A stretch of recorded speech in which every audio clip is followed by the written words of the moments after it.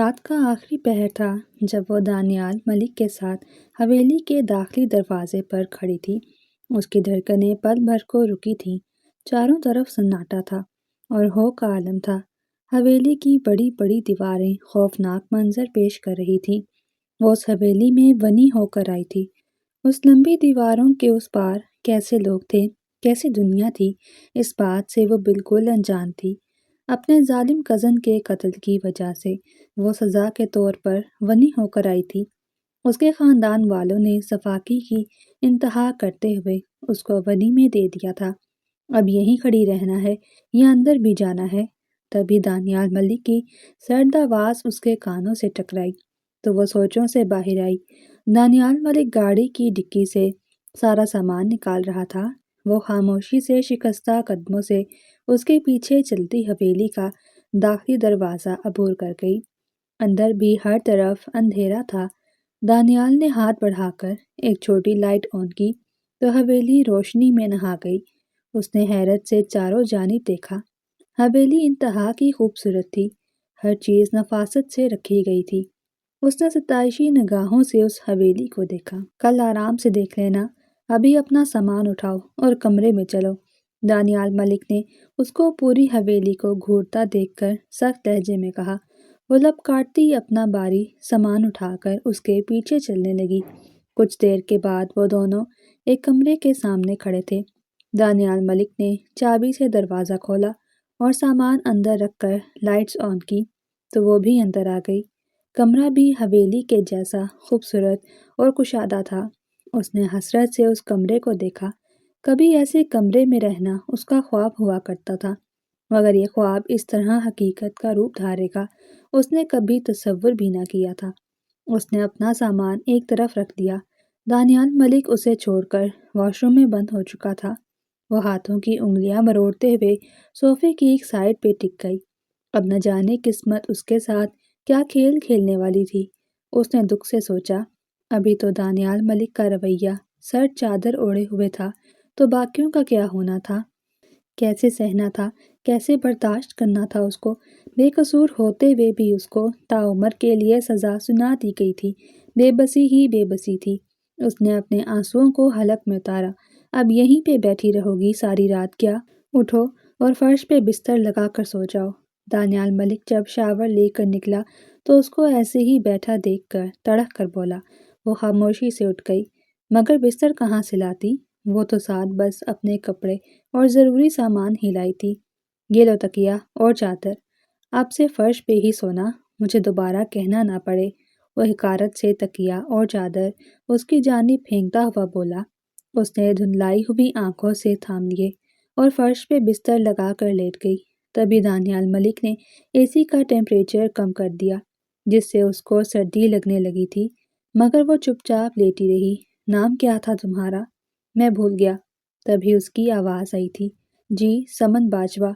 اس نے بمشکل لفظ ادا کیے تھے۔ سردی سے وہ کانپنے لگی تھی، مگر دانیال ملک کو احساس ہی کب تھا۔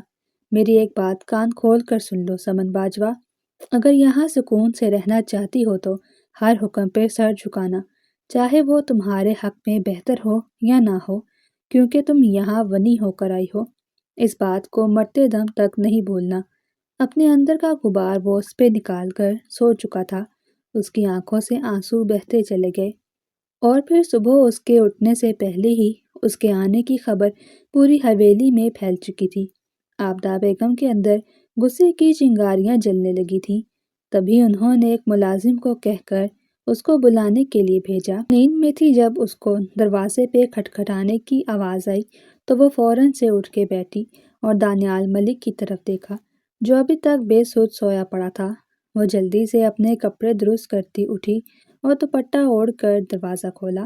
سامنے حویلی کا ملازم کھڑا تھا۔ آپ کو بیگم صاحبہ بلا رہی ہیں۔ ملازم نے اس کو پیغام دیا تھا۔ جی میں آتی ہوں، آپ چلیں۔ اسے کہہ کر دروازہ بند کیا اور جلدی سے منہ دھو کر باہر کی جانب بڑھ گئی۔ قدم ڈگمگائے تھے، نہ جانے اب اس کے ساتھ کیا ہونے والا تھا۔ وہ پر اعتمادی سے چلتی ہوئی آبدہ بیگم کے سامنے کھڑی تھی۔ انہوں نے سخت نظروں سے اس کی جانب دیکھا۔ تو تم ہو ونی میں آئی ہوئی لڑکی؟ وہ کڑوے سے لہجے میں بولی۔ جی۔ اس نے مجرموں کی طرح سر جھکا کر کہا۔ پھر جانتی بھی ہوگی کہ بنی میں آئی ہوئی لڑکی کے ساتھ کیا کیا جاتا ہے۔ وہ چبا چبا کر اس کو گھورتی ہوئی بولی۔ جی جانتی ہوں سب، اس نے ہولے سے کہا تھا۔ عابدہ بیگم نے اس کو بغور دیکھا۔ چلو یہ تو اچھی بات ہے، ہمیں تم پہ محنت نہیں کرنی پڑے گی، اب اس حویلی کا سارا کام تم کرو گی۔ حویلی کی ساری صاف صفائی سے لے کر کچن کے تمام معاملات تم سنبھالو گی، اور مجھے کوئی کوتاہی ملی تو یاد رکھنا، تمہارا وہ حشر ہوگا کہ تمہاری 7 پشتیں بھی یاد رکھیں گی۔ آخر میں ان کا لہجہ پتھریلا تھا، وہ خاموشی سے سر جھکا گئی۔ جی ٹھیک ہے، اس نے ہر حکم پہ سر جھکایا تھا۔ عابدہ بیگم نے ایک ملازمہ کو آواز دی، لڑکی کو لے جاؤ اور ساری حویلی دکھا کر سارے کام سمجھا دو، مجھے کوئی شکایت ملی تو اس لڑکی کے ساتھ تمہیں بھی بھون ڈالوں گی۔ وہ بگڑے تیور لیے بولی تھی۔ سمن خاموشی سے اس ملازمہ کے ساتھ چل دی، اور پھر اس نے سارے کام سنبھال لیے تھے۔ حویلی کے سارے افراد کے کام اس کے ذمہ تھے، صفائی ستھرائی سے لے کر کچن کے کھانوں، ناشتوں اور برتنوں تک کی اس کی ذمہ داری تھی۔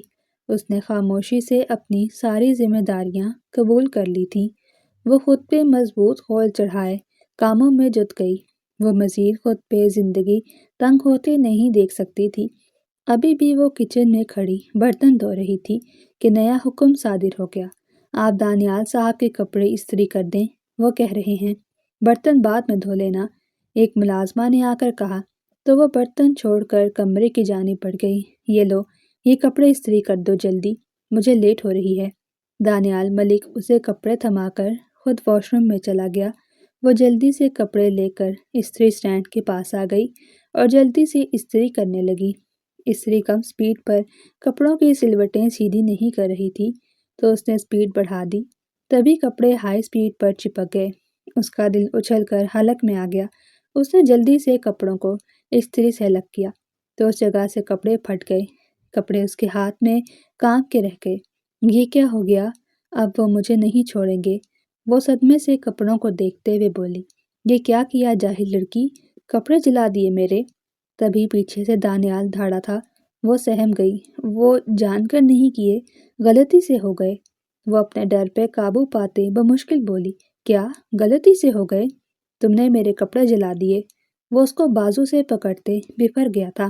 معاف کر دیں سائیں، وہ اپنی کلائی چھڑواتی رو دینے کو تھی، مگر دانیال نے ایک زوردار تھپڑ اس کے منہ پہ رسید کر دیا، جس سے وہ اپنا توازن برقرار نہ رکھ سکی اور زمین پہ اوندھے منہ جا گری۔ آئندہ ایسی غلطی کرنے سے پہلے 100 بار سوچو گی تم، وہ اس کو کھا جانے والی نظروں سے دیکھتے ہوئے بولا۔ وہ چہرے پہ ہاتھ رکھے سسک پڑی، دفع ہو جاؤ میری نظروں سے۔ دانیال ملک نے اس کو بازو سے پکڑ کر باہر کی جانب دھکیلا تھا اور زور سے دروازہ بند کر دیا۔ سمن اپنی بے بسی پہ ٹوٹ کر رو دی۔ بہت افسوس ہوا لڑکی، بہت افسوس۔ تبھی فائزہ، جو دانیال ملک کی کزن تھی اور اس کی محبت بھی کرتی تھی، اس کی جانب آئی۔ سمن سے نگاہیں اٹھا کر اس کی جانب دیکھا۔ وہ بے پناہ خوبصورت تھی مگر بے رحم بھی۔ تمہارا یہی حال ہونا چاہیے، تم نے میرا حق مارا ہے۔ فائزہ اس کا منہ دبوچ کر نفرت سے بولی تھی۔ سمن کی آنکھیں لبالب پانیوں سے بھر گئیں۔ نہیں، میں نے ایسا نہیں کیا، میں نے آپ کا حق نہیں مارا، وہ دکھ سے بولی تھی۔ وہ تو اس کو جانتی تک نہیں تھی، پھر کیسے اس کا حق مار سکتی تھی؟ بکواس بند کرو اپنی، تم ہی میری محبت کی قاتل ہو، وہ غصے سے پھنکاری تھی۔ سمن بے بسی کی تصویر بن کر رہ گئی۔ کیا کہتی وہ؟ اس کی تو کسی بات کی اہمیت ہی نہ تھی۔ فائزہ اس پر اپنا غصہ اتار کر جا چکی تھی۔ وہ دکھتے دل کے ساتھ اٹھی اور کچن کی جانب بڑھ گئی۔ مزید اپنی ذات کا یہاں کھڑے رہ کر تماشا نہیں بنوانا چاہتی تھی۔ وہ کچن میں کھڑی برتن دھو رہی تھی جب اس کو کسی کے آنے کی آواز آئی۔ بیگم صاحبہ کہہ رہی ہیں کہ جلدی سے کھانا تیار کرو مہمانوں کے لیے، ایک ملازم نے آ کر کہا تھا۔ اس نے جلدی سے کھانا تیار کرنا شروع کیا۔ اس کے ساتھ مدد کے لیے کوئی بھی ملازم نہیں تھا، اس لیے اس نے جلدی جلدی ہاتھ چلانا شروع کیا۔ تھوڑی دیر میں اس نے 4 ڈشز تیار کر لی تھیں۔ اس نے جا کر ڈائننگ ٹیبل پہ برتن سیٹ کیے اور واپس کچن میں آ گئی۔ یہ سب میں لے جاتی ہوں، بیگم صاحبہ نے تمہیں مہمانوں کے سامنے آنے سے منع کیا ہے۔ وہ کھانے کی ڈشز لے جانے لگی تھی کہ اس کو ملازمہ نے روک دیا۔ اس نے خاموشی سے برتن واپس رکھ دیے۔ ملازمہ سارا کچھ لے جا چکی تھی۔ وہ وہیں کچن میں پڑی کرسی پہ بیٹھ گئی۔ اس کا بدن تھکن سے چور ہو رہا تھا۔ دوسری جانب جب کھانا دسترخوان پر پیش کیا گیا تو اس میں تھوڑی سی نمک کی کمی رہ گئی تھی۔ مہمانوں نے بس ہلکا سا تبصرہ کیا، مگر دانیال ملک کے چہرے پر غصے کی سرخی دوڑ گئی۔ جیسے ہی مہمان چلے گئے، دانیال نے غصے میں کچن کی طرف قدم بڑھائے۔ وہ اسے دیکھ کر لرز گئی تھی۔ دانیال ملک کے چہرے پر سختی بڑھتی جا رہی تھی۔ اس نے سمن کو بازو سے پکڑا اور جھٹکا دیا۔ تمہیں بار بار کہا ہے کہ اگر سکون سے رہنا ہے تو ہمارے مطابق چلو، مگر تم اپنی منمانی کرنے پہ تلی ہو۔ ہماری عزت تمہارے جیسی پھوہڑ لڑکی کی وجہ سے خراب ہوئی ہے۔ سمن نے بے بسی کے عالم میں نظر اٹھائی، مگر دانیال ملک کے چہرے پر ایک عجیب وحشت تھی۔ اس نے زور سے زویا کو دھکا دیا، جس سے وہ فرش پر گر پڑی۔ اس کے ہاتھوں اور کوہنیوں پر زخم آ گئے تھے، مگر اس نے کوئی آواز نہ نکالی، بس خاموشی سے اپنے درد کو برداشت کرتی رہی۔ دانیال کی آنکھوں میں نفرت کی چنگاریاں تھیں۔ تمہاری حیثیت یہی ہے، تم جیسی لڑکیاں دوسروں کو شرمندہ کرنے کے لیے پیدا ہوئی ہیں۔ اگر تمہیں یہاں رہنا ہے تو اپنی اوقات میں رہو۔ وہ گررایا تھا۔ سمن نے آنسوؤں کو روکنے کی ناکام کوشش کی تھی۔ اس کے جسم پر زخم لگے تھے، مگر دل کے زخم اس سے کہیں زیادہ گہرے تھے۔ وہ دن بھر گھر کے کاموں میں مصروف رہی۔ جب رات ہوئی تو اسے بخار سا محسوس ہوا، مگر کسی نے اس کی حالت پر توجہ نہ دی۔ وہ اپنے کمرے میں تھوڑی دیر آرام کرنے چلی گئی تاکہ اگلی صبح پھر حویلی کے کاموں میں جٹ سکے۔ اسی وقت دانیال کچن سے پانی لینے کے لیے آیا، مگر سمن وہاں نہیں تھی۔ اس نے پوری حویلی میں اس کو تلاش کیا اور اسے کمرے میں لیٹا دیکھ کر اس کا غصہ عروج پر پہنچ گیا۔ تمہیں یہاں آرام کرنے کا کس نے کہا؟ سمن نے بمشکل آنکھیں کھولی اور اٹھنے کی کوشش کی، مگر دانیال نے اسے بازو سے پکڑ کر زبردستی اٹھا دیا تھا۔ کیا تمہیں یہ بات سمجھ نہیں آتی کہ یہاں ہر کام وقت پر ہونا چاہیے؟ تم جیسے لوگ بس آرام کرنا ہی جانتے ہو۔ اس نے کوئی جواب نہ دیا۔ اس کا چہرہ غم اور بے بسی کا آئینہ بن گیا۔ اس کے جسم پر بخار کی شدت تھی، مگر دانیال کو اس کی تکلیف کا کوئی احساس نہ تھا۔ وہ اسے سخت لہجے میں حکم دیتے ہوئے کچن میں لے گیا۔ اب اگر تم نے دوبارہ آرام کرنے کی کوشش کی تو مجھ سے برا کوئی نہیں ہوگا، وہ کہہ کر جا چکا تھا۔ وہ رات کے پچھلے پہر آنسو بہاتے ہوئے کچن میں کام کر رہی تھی۔ عابدہ بیگم کو دلی سکون ملا تھا۔ یہ سب دیکھ کر پاس سے گزرتی فائزہ ہنستے ہوئے کچن میں آئی تھی۔ ویسے جو ہو رہا ہے بہت اچھا ہو رہا ہے، تم اس کے ہی قابل ہو، وہ سمن کا تمسخر اڑاتے ہوئے بولی تھی۔ وہ خاموشی سے کام کرتی رہی۔ بھلا اس لڑکی کو وہ کیا کہتی جو بلا وجہ اس سے بیر لے رہی تھی۔ تبھی فائزہ نے شیلف پہ پڑے شیشے کے گلاس اٹھا کر زمین پر دے مارے۔ سمن سہم کے پیچھے ہوئی تھی۔ بے وقوف لڑکی، یہ کیا کیا؟ کوئی کام ڈھنگ سے نہیں آتا؟ فائزہ خود ہی گلاس توڑ کر اب اونچا اونچا بولنا شروع ہو چکی تھی۔ سمن اس کی سازش کو سمجھ چکی تھی۔ یہ کیا کر دیا؟ اندھی ہو کیا؟ تمہارے باپ کا گھر ہے جو یہاں توڑ پھوڑ کر رہی ہو؟ عابدہ بیگم گلاس ٹوٹنے کی آواز سن کر اس پہ چڑھ دوڑی تھی۔ وہ بے بسی سے لب کاٹ کر رہ گئی۔ اب ان کو کیا بتاتی؟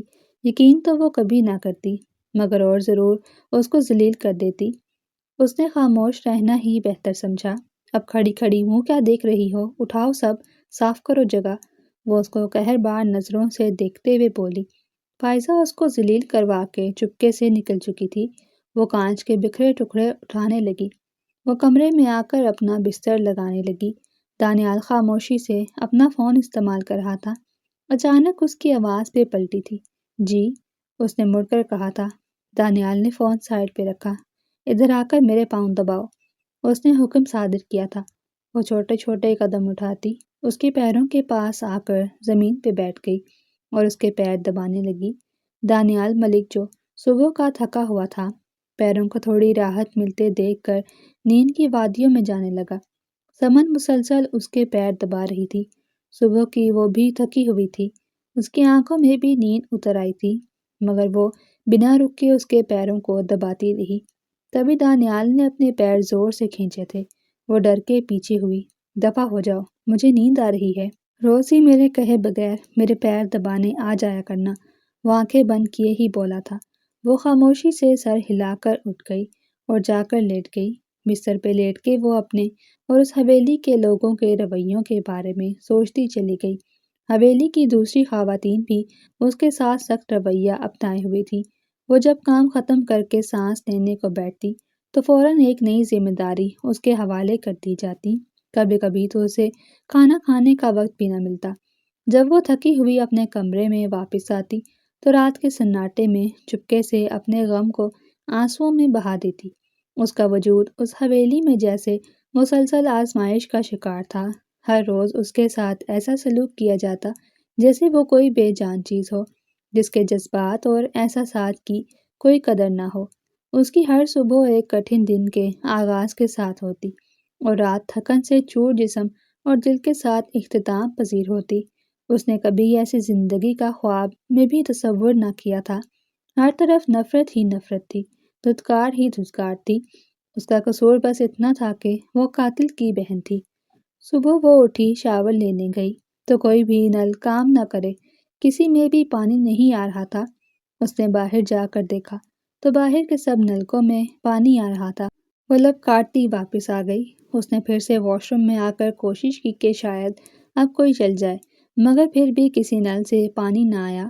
وہ چاروں ناچار دانیال ملک کے پاس گئی جو آفس کے لیے تیار ہو رہا تھا۔ وہ بات سنے، اس نے ہچکچاتے ہوئے اسے پکارا تھا۔ دانیال ملک نے رخ موڑ کر اس کی جانب دیکھا جو الجھی ہوئی نظر آ رہی تھی۔ بولو، کیا بات ہے؟ وہ اس کو بغور ایک نظر دیکھ کر واپس اپنی تیاری میں مصروف ہو گیا۔ وہ واش روم کا کوئی نل کام نہیں کر رہا، کسی میں پانی نہیں آ رہا۔ وہ انگلیوں کو چرخاتے ہوئے بولی، کیا ابھی تو میں بات لے کے نکلا تھا، تب تو آ رہا تھا، اچانک سے کیا ہوا؟ اس نے حیرانی سے کہا اور فوراً واش روم کی جانب بڑھا۔ سمن بھی اس کے پیچھے واش روم میں گئی۔ دانیال ملک سارے نل چیک کر رہا تھا مگر کسی میں پانی نہیں آ رہا تھا۔ تبھی دانیال نے ایک نل کو گھمایا اور چند سے سارے نلز میں پانی آ گیا۔ جو شاور کا نل جو کھلا تھا، جس کے نیچے سمن کھڑی تھی، وہ مکمل طور پر بھیگ گئی۔ دانیال جلدی سے نل کو بند کرنے کے لیے آگے بڑھا تھا کہ اس کا پاؤں سلپ ہوا اور وہ بھی سمن کے ساتھ مکمل طور پہ بھیگ گیا۔ پاگل لڑکی، تم نے مین نل بند کر دیا تھا، اس کی وجہ سے کسی نل میں بھی پانی نہیں آتا ہے۔ بے وقوف لڑکی، میرے بھی سارے کپڑے خراب کر دیے، آفس جا رہا تھا میں۔ وہ اپنی ساری غلطی اس پہ ڈالتا ہوا تڑک کے بولا تھا۔ سمن بے بسی سے اپنے بھیگے کپڑوں کو دیکھنے لگی جو مکمل طور پر بھیگ کر اس کے جسم سے چپک گئے تھے۔ تبھی دانیال کی اس کے بھیگے کپڑوں پہ نگاہیں گئی تو وہ فوراً سے پیچھے ہوا۔ وہ شرم کے مارے نگاہیں جھکا گئی۔ دانیال نے بہت غور سے اس کی جھکی پلکوں کو دیکھا تھا۔ چہرے پہ حیا کی سرخی چھائی ہوئی تھی۔ باہر جاؤ، اب مجھے کپڑے چینج کرنے دو، سارے کپڑے خراب کر دیے میرے۔ اب وہ اس کو نظر انداز کرتا اپنی بھیگی ہوئی شرٹ کو دوبارہ اتارنے لگا۔ سمن فوراً سے واش روم سے نکل کر کمرے میں آ گئی۔ وہ فوراً سے ڈریسنگ روم میں گئی اور وہاں جا کر اپنے بھیگے ہوئے کپڑے اتار کر سوکھے کپڑے پہنے باہر آ کے اپنے گیلے بالوں کو سلجھانے لگی جو مکمل طور پر بھیگے ہوئے تھے۔ دانیال بھی باہر آ چکا تھا اور ڈریسنگ سے اپنا برش اٹھا کر بالوں میں پھیرنے لگا۔ دھیان سے کام کیا کرو، ہر دفعہ تم پہ رحم نہیں کھایا جائے گا۔ وہ آئینے میں اس کے عکس کو دیکھتا ہوا سرد لہجے میں بولا تھا، جی آئندہ سے دھیان رکھوں گی۔ وہ ہولے سے کہہ کر کمرے سے نکل گئی تھی۔ تم نے اس لڑکی پہ جھوٹا الزام لگا کر اسے بے عزت کیوں کروایا؟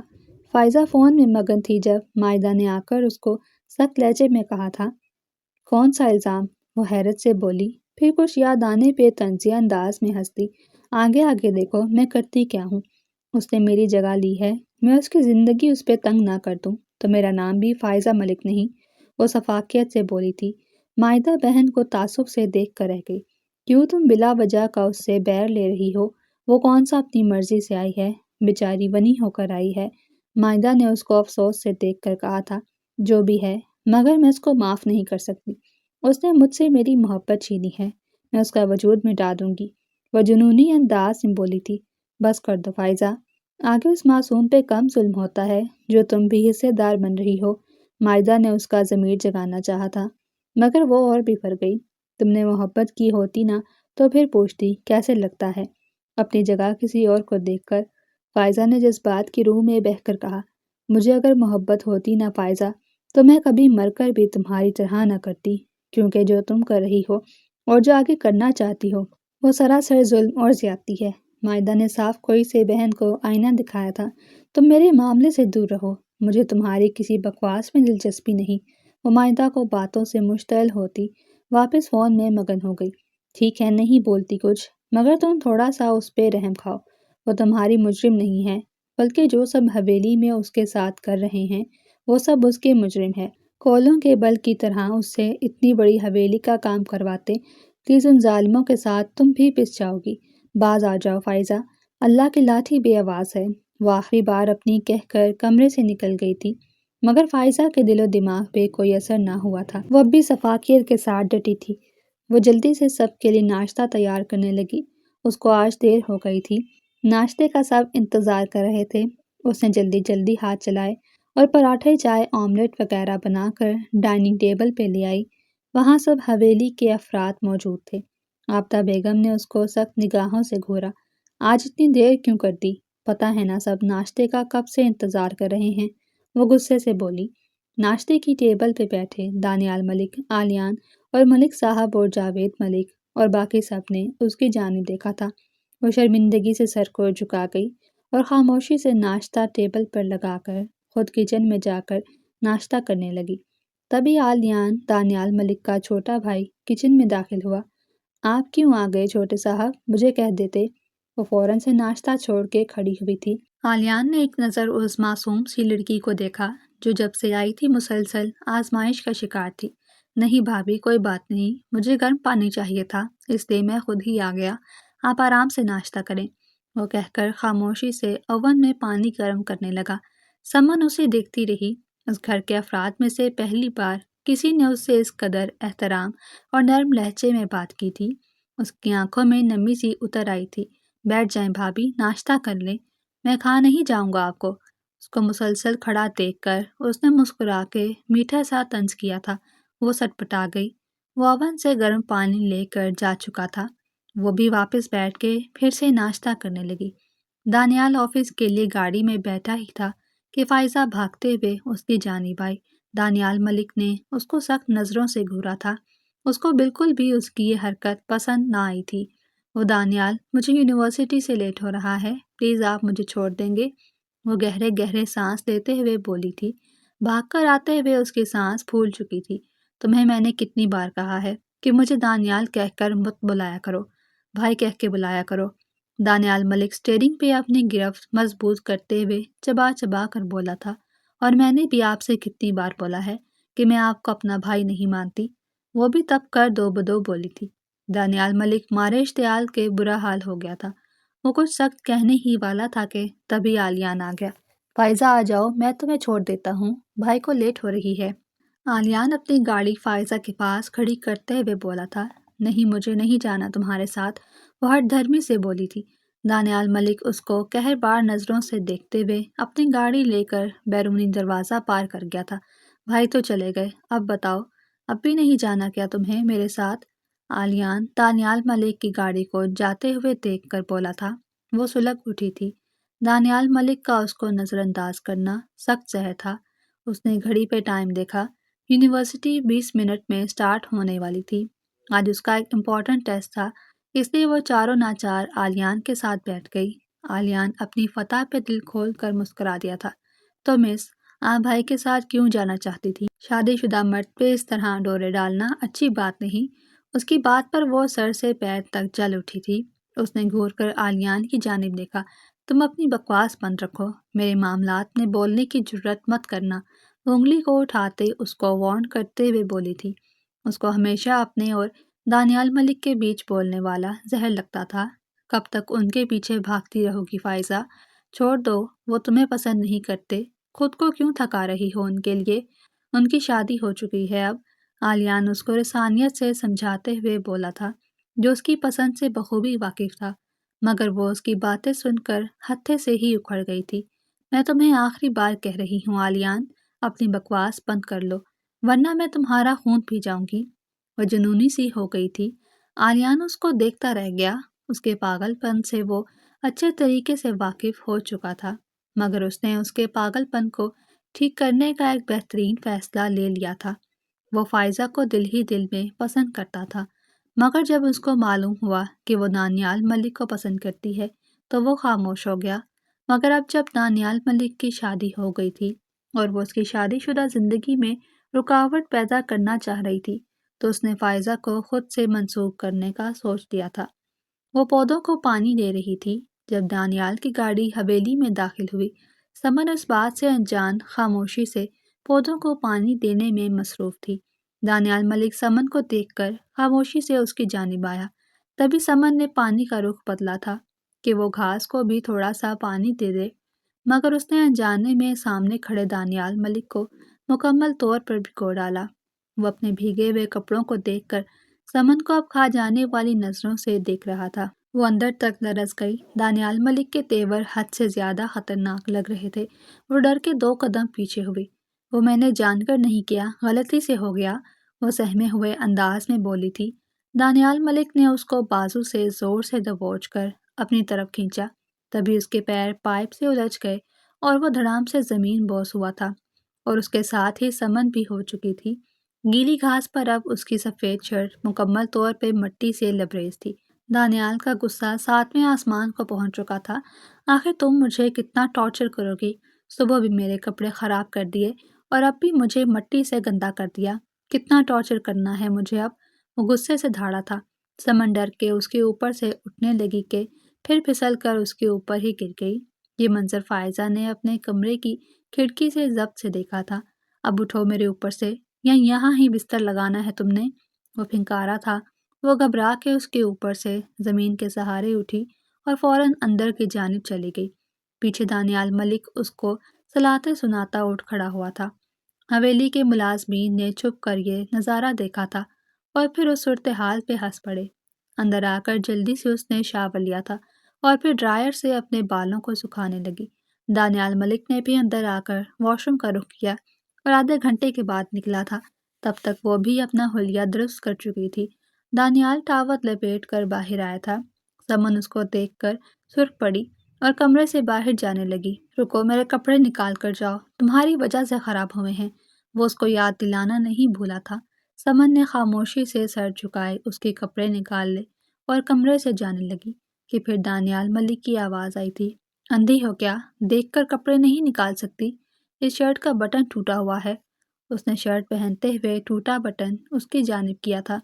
وہ بے بسی سے لب بھینچ کر رہ گئی۔ میں دوسری نکال دیتی ہوں ابھی۔ وہ جلدی سے واپس الماری کی طرف آئے۔ نہیں، کوئی ضرورت نہیں اب، اس کو ہی ٹھیک کر دو۔ ادھر آ کر بٹن لگاؤ۔ دانیال نے شرٹ اتار کر اس کے منہ پر پھینکی تھی۔ مارے ذلت کے اس کا چہرہ سرخ پڑا تھا۔ وہ آنسو پیتی شرٹ کا بٹن لگانے لگی۔ تبھی بے دھیانی میں سوئی اس کی انگلی میں چپک گئی تھی۔ کوئی کام تمہیں ڈھنگ سے آتا ہے کہ نہیں؟ وہ اس کو گھور کر بولتا اپنی شرٹ اس کے ہاتھ سے کھینچ چکا تھا۔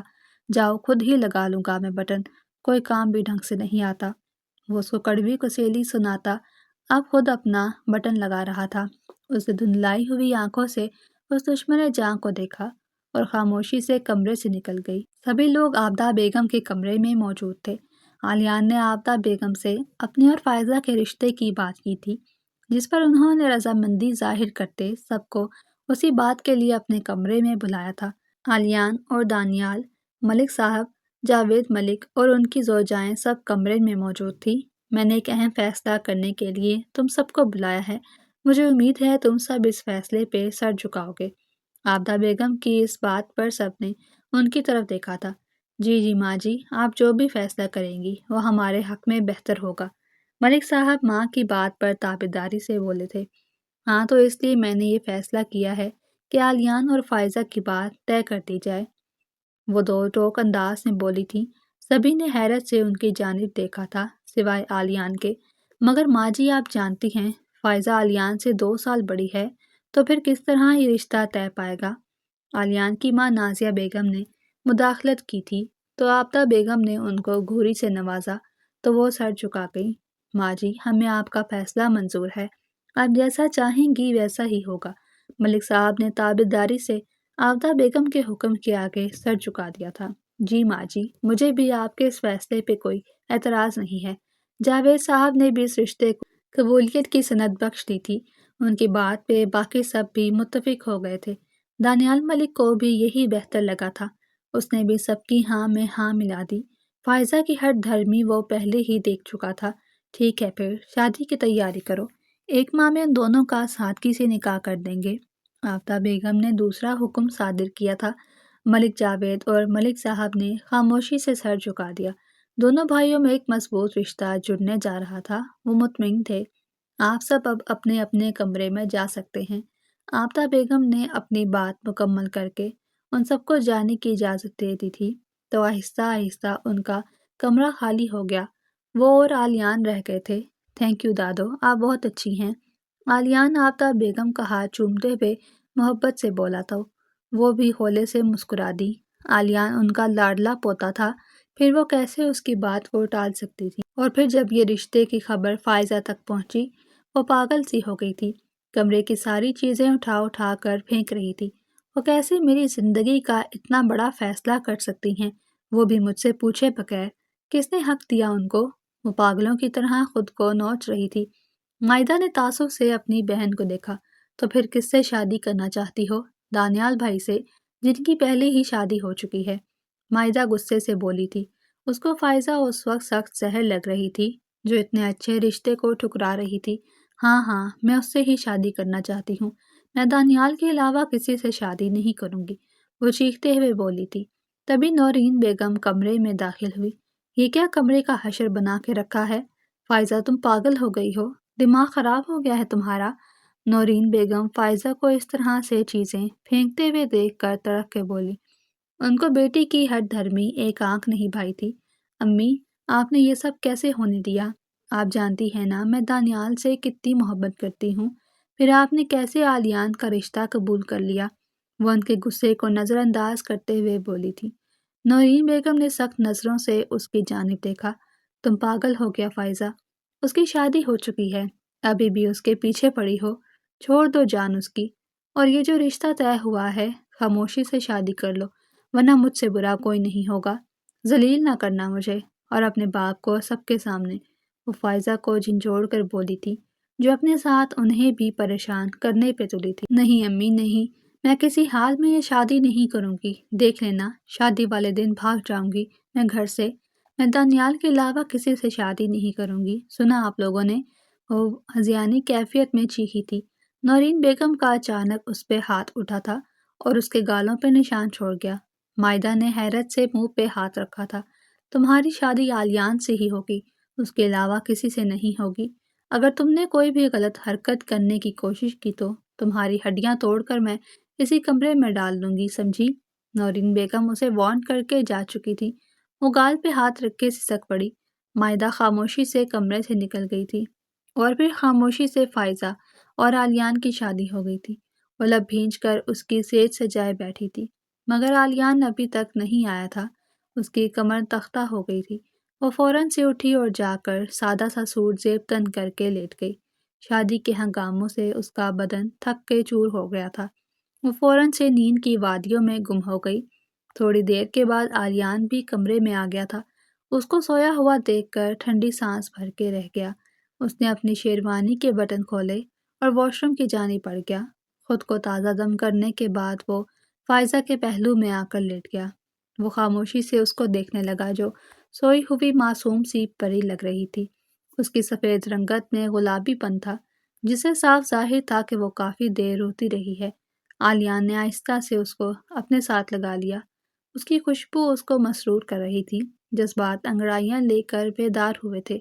وہ اس کی ملائم سے گردن پہ جھک گیا۔ فائزہ اس کے لمس پہ کرنٹ کھا کر پیچھے ہوئی تھی۔ تم گھٹیا انسان، تمہاری ہمت کیسے ہوئی مجھے چھونے کی؟ وہ شیرنی کی طرح دھاڑی تھی۔ آلیان نے اس کو ناگواری سے دیکھا۔ زبان سنبھال کر بات کرو فائزہ، اب میں تمہاری بدتمیزی بالکل بھی برداشت نہیں کروں گا۔ وہ اپنے غصے پہ قابو پاتے ہوئے بولا۔ کیا کر لو گے تم؟ بتاؤ کیا کر لو گے؟ نہیں تمیز سے بات کروں گی، وہ ضدی پن سے بولی۔ آلیان کا پارا ہائی ہوا تھا۔ اس نے کھینچ کر اس کو اپنی جانب کیا۔ وہ اس کے سینے سے آ لگی تھی۔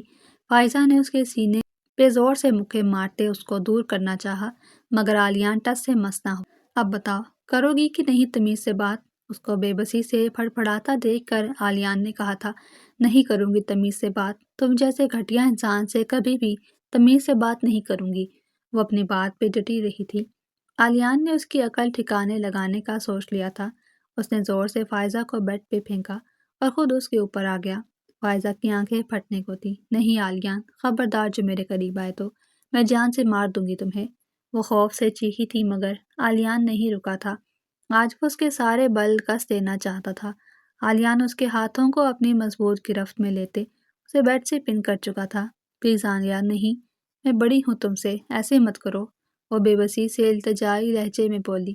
عالیان نے طنزیہ انداز میں اس کی جانب دیکھا تھا اور منہ اس کی گردن میں چھپا لیا۔ فائزہ نے چیخیں مارنی چاہی تھی مگر عالیان نے اس کے اندر ہی چیخوں کا گلا گھونٹ دیا۔ وہ بخار میں تپ رہی تھی۔ شادی کے کام کا سارا بوجھ اس پہ تھا جس کی وجہ سے آج اس کی نازک جسم اتنا سہن نہ کر پایا تھا۔ وہ زمین پہ لیٹے ہوئے ہولے ہولے کانپ رہی تھی۔ دانیال ملک جیسے ہی اندر آیا اس کو کانپتا دیکھ کر رکا، پھر قدم اس کی جانب بڑھائے۔ اس نے چادر ہٹا کر دیکھا تو سمن سمٹ کر لیٹی کانپ رہی تھی۔ دانیال نے ہاتھ بڑھا کر اس کے ماتھے کو چھوا تو وہ کرنٹ کھا کر پیچھے ہوا۔ وہ تیز بخار میں پھنک رہی تھی۔ دانیال نے جلدی سے اس کو اپنے بازو میں اٹھایا اور بیڈ پہ لٹا دیا۔ وہ جلدی سے ڈاکٹر کو فون کرنے لگا۔ تھوڑی دیر میں ڈاکٹر اس کو چیک کر کے چلا گیا تھا مگر اس کا بخار ابھی تک نہیں اتر رہا تھا۔ اس نے اس کے سر پہ ٹھنڈے پانی کی پٹیاں کرنا شروع کی، پھر آہستہ آہستہ اس کے بخار کی شدت کم ہونے لگی تھی۔ دانیال ملک نے سکون کا سانس لیا اور اس کا سر اپنی گود میں رکھ کے بیٹھ گیا۔ اس نے غور سے اس کے چہرے کی جانب دیکھا جہاں صدیوں کی تھکن تھی۔ وہ جب اس گھر میں آئی تھی تو اس کی صحت بالکل ٹھیک تھی مگر ابھی کچھ مہینے ہی اس کو گزرے تھے یہاں پر کہ اس کے چہرے پر ہڈیاں نظر آنے لگی تھی۔ سمن کو اس حالت میں دیکھ کر دانیال کے دل کو کچھ ہوا تھا۔ کیوں وہ اور اس کے گھر والے اس معصوم پر اس قدر ظلم ڈھا رہے تھے؟ آخر اس کا قصور کیا تھا؟ وہ تو بے قصور تھی۔ جس نے اس کے بھائی کو قتل کیا تھا وہ تو آزاد گھوم رہا تھا اور عمر بھر کی قید تو اس معصوم کو سنا دی گئی تھی۔ وہ تو اس کے بھائی کو جانتی تک نہیں تھی، نہ کبھی دیکھا تھا، پھر کیسے وہ اس کے بھائی کی قتل کی سزا کاٹ رہی تھی؟ کولوں کی بیل کی طرح اس سے دن بھر سارا کام لیا جاتا۔ نفرت، دھکار، چپتی ہوئی نگاہیں، کیا کچھ نہیں تھا اس کے لیے اس حویلی میں جو وہ خاموشی سے لفظ یہ سب کچھ سہ رہی تھی۔ اس کے منہ سے کبھی ایک لفظ بھی شکوے کا نہیں سنا تھا۔ دانیال ملک کے دل کو پچھتاووں نے آ گھیرا تھا۔ اس کی آنکھوں میں نمی یکدم بڑھی تھی۔ اس کے دل کی شفافیت ایک دم رحم دلی میں بدلی تھی۔ اس نے بے اختیار اس کی گرم پیشانی پہ اپنے لب رکھ دیے تھے۔ دل میں جیسے ایک عرصے بعد سکون اترا تھا۔ اس کا لمس اس کو کسی خوبصورت دنیا میں لے گیا تھا جہاں سکون ہی سکون تھا، کوئی تشنگی، کوئی پیاس نہ تھی۔ اس نے سمن کو خود میں بھینچ لیا اور تڑپ کے رو دیا اپنی سختیوں پہ۔ وہ ٹوٹی بکھری حالت میں بیڈ پہ بیٹھی آنسو بہا رہی تھی۔ عالیان ڈنکے کی چوٹ پہ اس سے اپنا حق لے کر سو چکا تھا۔ صبح کے سائے آہستہ آہستہ پھیل رہے تھے۔ وہ اٹھی اور درد سے چور اپنے وجود کو گھسیٹ کر واش روم میں بند ہو گئی۔ تھوڑی دیر کے بعد نکلی تو وہ کافی بہتر لگ رہی تھی مگر آنکھوں کی سرخی ہنوز قائم تھی۔ اس نے اپنے بالوں کو ڈرائی کیا اور سر پہ دوپٹہ اوڑھ کر اپنے سابقہ کمرے کی جانب بڑھ گئی۔ اپنے کمرے میں آتے وہ شدت سے رو دی تھی۔ آج تک اس نے اپنا آپ دانیال ملک کے لیے سنبھال کر رکھا تھا جس کو عالیان ملک بے دردی سے روند گیا تھا۔ اس نے محبت جو کھوئی سو کھوئی تھی، اپنی ذات کا غرور بھی گوا دیا تھا۔ اس کا دل چاہ رہا تھا کہ وہ عالیان کے ٹکڑے ٹکڑے کرتے جس نے اس کی یہ حالت کر دی تھی۔ تم یہاں کیا کر رہی ہو؟ تبھی مائدہ اس کو اپنے کمرے میں دیکھ کر حیران ہوئی تھی۔ میرا کمرہ ہے، میں جب چاہے آ سکتی ہوں، وہ رندھی ہوئی آواز میں بولی تھی۔ مائدہ نے گہری سانس لی تھی۔ وہ اس کے ساتھ ہی آ کر بیٹھ گئی۔ کیوں کر رہی ہو ایسے؟ قبول کیوں نہیں کر لیتی اس رشتے کو؟ عالیان بہت اچھا انسان ہے، خوش رکھے گا تمہیں، وہ نرم لہجے میں فائزہ کو سمجھاتے ہوئے بولی تھی مگر شاید وہ سمجھنا ہی نہیں چاہتی تھی۔ اچھا انسان نہیں ہے وہ، اس نے کل رات میرے ساتھ کہتے ہوئے وہ لب کاٹ کر رہ گئی تھی۔ جو بھی کیا ہے ٹھیک کیا ہے، تم اس کی بیوی ہو فائزہ، اس کا حق ہے تم پہ۔ تم جس طرح سے اس کے ساتھ بدتمیزی کرتی ہو، اس کی جگہ اور کوئی ہوتا تو کبھی بھی برداشت نہ کرتا۔ مائدہ نے اس کو آئینہ دکھایا تھا۔ وہ دکھی ہوتے اپنا رخ موڑ گئی۔ اس کو عالیان کی طرفداری ذرا بھی پسند نہ آئی تھی۔ پلیز فائزہ، اپنی زندگی کو اور مشکل مت بناؤ، قبول کر لو اس رشتے کو۔ اگر تم اس کے ساتھ ٹھیک رہو گی تو وہ بھی تمہارے ساتھ ٹھیک رہے گا۔ پلیز اپنے لیے اور مشکلیں پیدا مت کرو۔ ہم حویلی کی لڑکیاں ہیں، یہاں پہ طلاقیں نہیں ہوتی، سیدھا زندہ دفن کرنا پسند کرتے ہیں۔ تم کیوں اس طرح سے کر کے امی ابو کی عزت کو خاک میں ملانا چاہتی ہو؟ تمہارا اس طرح کا رویہ اور حال دیکھ کر ملازم کیا سوچیں گے؟ مائدہ اس کو گلے سے لگائے نرمی سے بولتی جا رہی تھی۔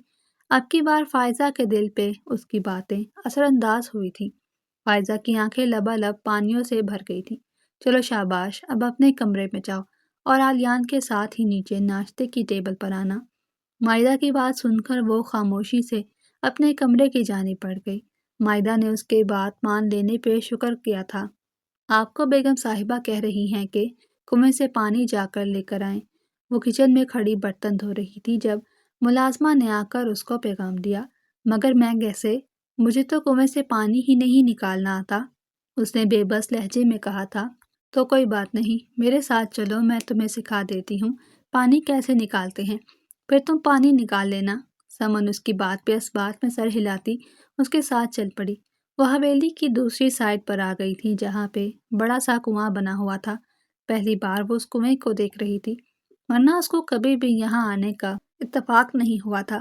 کہ دیکھو یہ بالٹی ہے، اس کو تم نے کنویں میں پھینکنا ہے، جیسے ہی بالٹی پانی سے بھر جائے گی تو اس کو اوپر کھینچ لینا، ٹھیک ہے؟ ملازمہ اس کو ہدایت دے کر جا چکی تھی۔ اس نے ویسے ہی پانی نکالنا شروع کیا جیسے ملازمہ کہہ کر گئی تھی۔ بالٹی کو کنویں میں پھینکا اور جب اس میں پانی بھر گیا تو اس کو اوپر کھینچنے لگی، مگر بالٹی اتنی وزنی تھی کہ اسے کھینچی نہیں جا رہی تھی۔ اس نے تھوڑا سا آگے بڑھ کر بالٹی کو کھینچنا چاہا، مگر تبھی اس کا پاؤں پھسلا تھا اور وہ کنویں میں گرنے ہی والی تھی کہ کسی نے اس کو تھام لیا۔ اس کی چیخ اس کے منہ میں ہی رہ گئی تھی۔ اس نے جلدی سے اپنے پیچھے مڑ کر دیکھا تو دانیال کھڑا اس کو گھور رہا تھا۔ پاگل ہو تم؟ کس نے کہا تھا اس کنویں کے پاس آنے کے لیے؟ وہ دھاڑ کے بولا تھا۔ سمن ڈر کے پیچھے ہوئی۔ وہ مجھے بیگم صاحبہ نے بولا تھا کہ کنویں سے پانی نکال کر لاؤ، اس نے جھکے سر سے ہولے سے کہا تھا۔ آئندہ تمہیں کوئی بھی کہے تم یہاں نہیں آؤ گی، ورنہ میں بہت برا پیش آؤں گا۔ وہ انگلی اٹھا کر چبا چبا کر بولا تھا۔ جی ٹھیک ہے، نہیں آؤں گی۔ اس نے سہم کا سر اس بات میں ہلا دیا تھا۔ اب جاؤ یہاں سے، وہ سخت لہجے میں بولا۔ سمن نے جلدی سے اندر کی طرف چلی گئی۔ پیچھے وہ وہیں سر ہاتھوں میں گرائے بیٹھ گیا۔ اگر اس کو آنے میں تھوڑی سی بھی دیر ہو جاتی تو اس سے آگے اس سے سوچا ہی نہیں گیا تھا۔ سمن کو کنویں میں گرتے دیکھ کر اس کی سانسیں رک گئی تھی۔ اس کو ایسے لگا جیسے وہ ہوا میں معلق ہو کر رہ گیا ہو۔ اس کو اپنی روح نکلتی ہوئی محسوس ہوئی تھی۔ اس کو کھو دینے کے احساس سے ہی اس کی روح تڑپ گئی تھی۔ محبت نے دھڑلے سے اس پتھر دل کے شخص پہ قبضہ کیا تھا۔ کہاں گئی تھی تم اتنی صبح صبح؟ فائزہ کو اندر آتے دیکھ کر آلیان نے پوچھا تھا۔ اپنے کمرے میں گئی تھی، اس نے جواب دے کر الماری سے اپنے کپڑے نکالے۔ مگر اب تمہارا کمرہ یہ ہے، تم وہاں کیا لینے گئی تھی؟ وہ اس کے سامنے آ کر کھڑا ہو گیا۔ وہ نم آنکھوں سے اسے دیکھنے لگی۔ پلیز آلیان، مجھے اور مت آزمائیں، وہ کہتے ساتھ ہی رو دی۔ آلیان سن کھڑا رہ گیا۔ وہ کیسے رو پڑی تھی؟ وہ تو سب کو رلا کے دم لینے والوں میں سے تھی۔ اچھا اب کچھ نہیں کہتا، رو تو مت، وہ اس کے آنسو پونچھتے فکر مندی سے بولا تھا۔ کل رات بھی وہ اس کے ساتھ کافی سختی سے پیش آ چکا تھا، اس لیے اب وہ کوئی بھی سختی نہیں کرنا چاہتا تھا۔ اچانک وہ اس کے سینے سے لگی سسکیوں سے رونے لگی۔ آلیان نے اس کو نہیں روکا تھا، وہ چاہتا تھا وہ ایک ہی بار میں اپنا سارا غبار نکال لے۔ I'm sorry فائزہ، کل رات میں کچھ زیادہ ہی تم پہ سختی کر گیا۔ اس کو اندر پڑتے دیکھ کر وہ بھی واپس اپنے آپ میں آ گیا تھا۔ وہ دل کی گہرائیوں سے اسے چاہتا تھا، اسے یوں روتا ہوا نہیں دیکھ سکتا تھا۔ تم بہت بڑے ظالم ہو، وہ روٹھے پن سے بولتی اسے بہت پیاری لگی تھی۔ آلیان نے اس کو اپنے سینے سے لگا لیا۔ اچھا سوری، اب نہیں ظلم کرتا اپنی پیاری سی بیوی پہ، وہ اس کے ماتھے پہ لب رکھ کے محبت سے بولا۔ وہ بھیگی آنکھوں سے اسے دیکھنے لگی۔ وہ ہو بہو دانیال ملک جیسا تھا، بالکل اس کا عکس۔ وہ دیکھتی چلی جا رہی تھی۔ اس کا دل آلیان ملک کے لیے دھڑکا تھا۔ ایسے کیا دیکھ رہی ہو؟ بہت پیارا لگ رہا ہوں کیا؟ وہ شوق سے لہجے میں بولا تھا۔ فائزہ سٹپٹا کے پیچھے ہوئی اور کپڑے لے کر واش روم میں بند ہو گئی۔ وہ مسکرا کر رہ گیا۔ اس کی تھوڑی سی سختی سے وہ بدل رہی تھی، یہی اس کے لیے باعث خوشی تھا۔ تمہیں کنویں سے پانی نکالنے کو کہا تھا، تم یہاں کیا کر رہی ہو؟ وہ بھی کچن میں آئی تھی کہ آفتاب بیگم نمودار ہو گئی۔ سمن کا دل حلق میں آ گیا۔ اب کیا جواب دیتی؟ اور دانیال صاحب نے منع کر دیا تھا وہاں جانے سے، اس لیے واپس آ گئی۔ اس کی بات پہ آفتاب بیگم نے ہاتھوں کی مٹھیاں بھینچی تھی۔ آج تک کسی نے ان کے حکم کے خلاف جانے کی کوشش نہیں کی تھی، مگر دانیال ملک نے ایسا کر کے ان کی انا پہ کاری ضرب لگائی تھی۔ اچھا جاؤ، جا کر اوپر سے کپڑے اتار کر لاؤ، آندھی آنے والی ہے۔ وہ حکم دے کر کچن سے نکل گئی۔ سمن جلدی سے چھت پہ بھاگی۔ آندھی شروع ہو گئی تھی۔ اس نے آدھے ہی کپڑے اتارے تھے کہ بارش بھی شروع ہو گئی اور سارے کپڑے مٹی میں گر کر گندے ہو چکے تھے۔ اس نے جلدی سے سب اٹھانا چاہے مگر ہاتھ میں پکڑے دوسرے کپڑے بھی گر گئے۔ اس کی سانسیں رک گئیں۔ اب نہ جانے کیا ہونے والا تھا۔ سارے کپڑے ہی مٹی میں پھر سے گندے ہو چکے تھے اور یہ خبر آفتاب بیگم تک پہنچ چکی تھی۔ وہ جو پہلے ہی ابلی پھر رہی تھی، اب موقع پاتے ہی اس پر بھڑاس نکالے پہنچ چکی تھی۔ وہ غلطی سے گر گئے، میں نے اٹھانے کی کوشش کی تھی۔ آفتاب بیگم کو غصے سے اپنی طرف بڑھتا دیکھ کر وہ سہمے ہوئے لہجے میں بولی تھی، مگر آفتاب بیگم نے ناؤ دیکھا نہ تاؤ اور رکھ کر ایک اس کے منہ پر تھپڑ رسید کر دیا، جس سے وہ منہ کے بل زمین پر جا گری تھی۔ کوئی کام تم سے کہہ لو، وہ ٹھیک سے نہیں ہوتا، ہر کام میں کوئی نہ کوئی غلطی کر دیتی ہو۔ ان کا غصہ کسی طور کم نہیں ہو رہا تھا۔ حویلی کے سارے افراد باہر نکل آئے تھے۔ آج میں تمہیں ایسا سیدھا کروں گی کہ ساری عمر تم کوئی بھی غلطی نہیں کرو گی۔ آفتاب بیگم نے کہتے ساتھ دیوار کے پاس پڑا لکڑی کا ڈنڈا اٹھا لیا۔ ساروں نے ساکت نظروں سے آفتاب بیگم کی جانب دیکھا تھا کہ وہ اس حد تک شفاق ہو سکتی تھی۔ کسی نے سوچا بھی نہیں تھا۔ گھر میں کوئی مرد موجود نہیں تھا جو آفتاب بیگم کو روک سکتا۔ مائدہ اور فائزہ نے ان کو جا کے روکنے کی کوشش کی تھی مگر نورین بیگم نے ان دونوں کو ہاتھ سے پکڑ کر روک دیا۔ آفتاب بیگم نے پوری قوت لگا کر سمن کی کمر پر ایک زوردار ضرب لگائی تھی، جس سے اس کے دل خراش چیخیں پوری حویلی میں گونج اٹھی تھی۔ اب کرو گی کوئی غلطی؟ بتاؤ، اب کرو گی کوئی غلطی؟ وہ کہتے ساتھ اس پہ ضرب لگائی جا رہی تھی۔ وہ درد سہتے سہتے ادمو ہو گئی اور پھر ہوش و حواس سے بیگانہ ہوتی چلی گئی۔ آفتاب بیگم اس پر نفرت کی ایک نظر ڈال کر ڈنڈا پھینک کر وہاں سے چلی گئی تھی۔ فائزہ اور مائدہ نے بھاگ کر اس کو اٹھایا تھا۔ وہ درد کے مارے بے ہوش ہو چکی تھی۔ ان دونوں نے جلدی سے اٹھا کر اس کو کمرے میں منتقل کیا اور فائزہ نے فون کر کے عالیان کو ساری صورتحال سے آگاہ کر دیا تھا۔ کہاں ہے سمن؟ کہاں ہے سمن؟ ٹھیک 15 منٹ کے بعد دانیال ملک بھاگتا ہوا حویلی آیا تھا اور دیوانہ وار ملازموں سے سمن کے بارے میں پوچھ رہا تھا۔ چھوٹے صاحب وہ اپنے کمرے میں ہیں، مائدہ بی بی اور فائزہ بی بی ان کو لے کر گئی ہیں۔ تبھی ایک ملازم نے اس کے غصے سے خوف کھاتے کہا تھا۔ وہ اس ملازم کو دھکا دے کر بھاگ کر اپنے کمرے کی جانب گیا۔ وہاں سمن بے سدھ پڑی تھی۔ مائدہ اور فائزہ اس کے زخموں پر مرہم لگا رہی تھی۔ سمن اٹھو، کیا ہوا تمہیں؟ سمن، وہ زور زور سے اس کا گال تھپ تھپاتے ہوئے بولا تھا مگر وہ غنودگی میں ہونے کی وجہ سے نہیں اٹھی تھی۔ کس نے کی سمن کی یہ حالت؟ کس نے کی؟ کس نے کی یہ حالت؟ وہ پوری قوت سے چیخا تھا۔ مائدہ اور فائزہ کو اپنے کان کے پردے پھٹتے ہوئے محسوس ہوئے۔ عالیان بھی اس کی اس قدر دھاڑ پر کمرے میں آ چکا تھا۔ بھائی ابھی وقت نہیں ہے ان سب باتوں کا، ہمیں بھابھی کو جلدی ہسپتال لے کر جانا چاہیے، دیکھے نا وہ ہوش میں نہیں آ رہی۔ عالیان کی بات پر وہ سمن کو بازوؤں میں اٹھائے باہر کی جانب بھاگا تھا۔ عالیان بھی جلدی سے گاڑی سٹارٹ کر چکا تھا اور 1 سیکنڈ کے اندر اندر وہ سمن کو اسپتال لے گئے تھے۔ سمن کے جسم پر جا بجا مار کے نشان تھے۔ اس کا وجود دانیال ملک کی باہوں میں بالکل ساکت پڑا تھا۔ تھوڑی دیر میں وہ اس کو اسپتال لے کر پہنچ چکے تھے۔ اندر گائنی سمن کا چیک اپ کر رہی تھی۔ ان کے ہسبینڈ کون ہیں؟ جلدی اندر آئیں۔ تبھی ڈاکٹر کی ایک اسسٹنٹ نے آ کر ان کو کہا تھا۔ دانیال ملک اندر کی جانب بڑھ گیا۔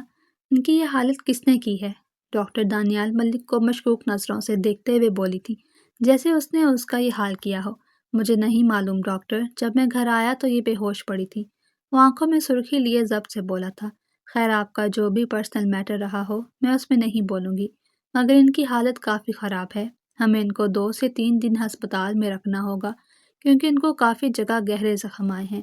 دانیال ملک خاموشی سے ڈاکٹر کی تمام ہدایات سن رہا تھا۔ اس کا بس نہیں چل رہا تھا کہ جس نے یہ سمن کی حالت کی ہے وہ اس کے ٹکڑے ٹکڑے کرتے۔ کس قدر بے رحمی سے اس کے نازک جسم پر ظلم ڈھایا تھا۔ اس نے آج تک خود کبھی اس طرح اسے نہیں مارا تھا تو اور کوئی کون ہوتا تھا اس پہ اس طرح شفقت دکھانے والا۔ 3 دن کے بعد وہ سمن کو ہسپتال سے واپس حویلی لے کر آیا تھا۔ سب لاؤنج میں بے چینی سے ان دونوں کا ہی انتظار کر رہے تھے۔ دانیال ملک کی گرفت سمن باجوہ کے ہاتھ پر مضبوط ہوئی تھی۔ رک جاؤ وہیں، آبدہ بیگم کی روبدار آواز گونجی تھی۔ دانیال ملک کے قدم وہیں تھم گئے۔ کس کی اجازت سے تم اس لڑکی کے ساتھ 3 دن ہسپتال میں رہے؟ وہ جلال سے بولی تھی۔ دانیال کی رگیں غصے سے ابھری تھی۔ یہ میری بیوی ہے، اس کے ساتھ کہیں بھی رہنے سے مجھے کسی کی بھی اجازت درکار نہیں۔ وہ آج سارے لحاظ والائے طاق رکھتا ہوا بولا تھا۔ آبدہ بیگم غصے سے اٹھی تھی۔ مت بھولو، یہ ونی میں آئی ہوئی ایک معمولی لڑکی ہے، اس کے لیے تم اپنے بڑوں کے حکم سے انکار کرو گے؟ وہ چنگھاڑی تھی۔ ہاں، میں آپ کے اور سب کے حکم سے انکار کروں گا، کیونکہ یہ میری بیوی ہے۔ میں کسی کو اس کے ساتھ ظلم کرنے نہیں دوں گا۔ اب وہ آج سمن کی ڈھال بنا تھا۔ سمن کی آنکھوں میں مرچیں لگنے لگی تھی۔ بس یہ تمہاری بیوی نہیں ہے، ونی ہے، جس کی کوئی عزت کوئی قدر نہیں۔ وہ سمن کو نفرت سے دیکھ کر بولی تھی۔ میں آج سب کے سامنے دانیال ملک سمن باجوہ کو ونی کے اس رشتے سے آزاد کرتا ہوں۔ یہ آج سے اور ابھی سے اس حویلی کے بڑے بیٹے کی بیوی ہے، جو پوری عزت اور احترام کی حقدار ہے۔ دانیال کے الفاظ سب کو ساکت کر گئے تھے۔ آبدہ بیگم قدر جلال میں آگے بڑھی تھی اور کھینچ کر دانیال کے منہ پر ایک تھپڑ رسید کیا۔ ساروں نے پھٹی پھٹی نگاہوں سے یہ منظر دیکھا تھا۔ پہلی بار آبدہ بیگم نے اس طرح دانیال ملک اس حویلی کے بڑے بیٹے پر یوں ہاتھ اٹھایا تھا۔ تم ہماری روایتوں کو توڑو گے؟ تم اس ونی میں آئی ہوئی لڑکی کی خاطر ہمارے حکم سے انکار کرو گے؟ تمہاری اتنی جرأت؟ وہ زہریلے لہجے میں بولی تھی۔ حویلی کی ہر طرف سناٹا چھا گیا تھا۔ دانیال ضبط کی انتہا پہ تھا۔ ہاں، کیونکہ یہ میری بیوی ہے، میں محبت کرنے لگا ہوں اس سے۔ یہ ونی نہیں ہے اب، میں اس کو ونی کی رسم سے آزاد کر چکا ہوں۔ دانیال ملک حلق کے بل چیخا تھا۔ اس کے منہ سے نکلنے والے محبت کے اظہار پر سب حیرت زدہ رہ گئے تھے کہ دانیال ملک کو بھی کسی سے محبت ہو سکتی تھی۔ تم ایک ونی سے کیسے محبت کر سکتے ہو؟ کیسے؟ نکل جاؤ اس حویلی سے۔ اس حویلی میں تمہاری کوئی جگہ نہیں۔ تمہاری یہی سزا ہے کہ تم اس حویلی سے ہمیشہ ہمیشہ کے لیے نکل جاؤ۔ تمہیں کس نے حق دیا ایک ونی سے محبت کرو؟ آبدہ بیگم کا غصہ اب 7ویں آسمان کو پہنچ چکا تھا۔ سب سانس روک کے یہ منظر دیکھ رہے تھے۔ ٹھیک ہے، میں ہمیشہ ہمیشہ کے لیے یہ حویلی چھوڑ کے جا رہا ہوں، کیونکہ میں اپنی محبت سے دستبردار نہیں ہو سکتا، اور نہ ہی میں اپنی محبت کی یہاں مزید رہ کے تذلیل کروا سکتا ہوں۔ اس لیے میں آپ لوگوں سے اور اس حویلی سے ہر رشتہ ہمیشہ ہمیشہ کے لیے توڑ کر جا رہا ہوں۔ اس نے کہتے ساتھ سمن کا ہاتھ پکڑ کر قدم بیرونی دروازے کی جانب بڑھا دیے تھے۔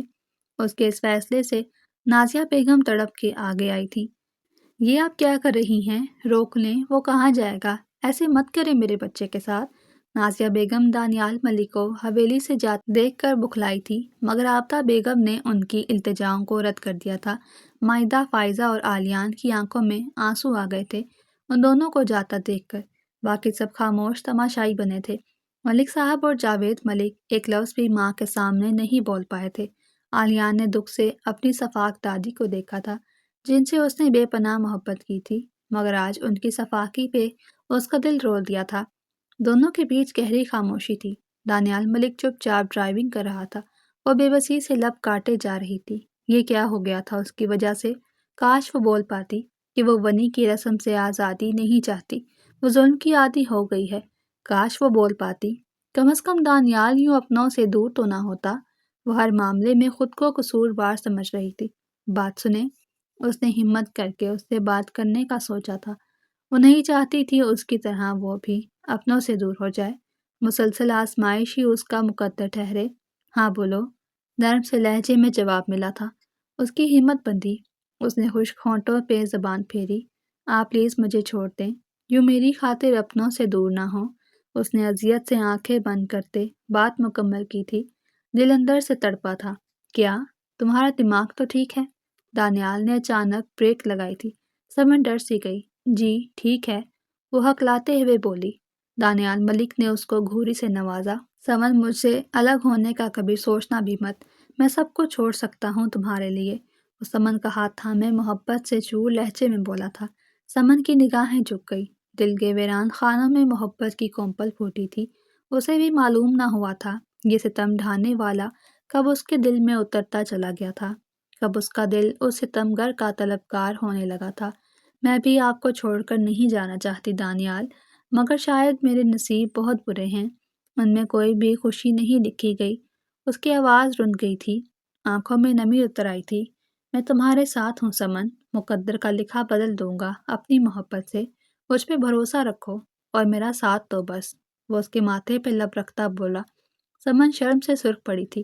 دانیال نے مسکرا کر اس کو دیکھا اور گاڑی آگے بڑھا لی۔ کتنا پیارا گھر ہے، وہ ہر چیز کو پیار سے چھوتے ہوئے بولی تھی۔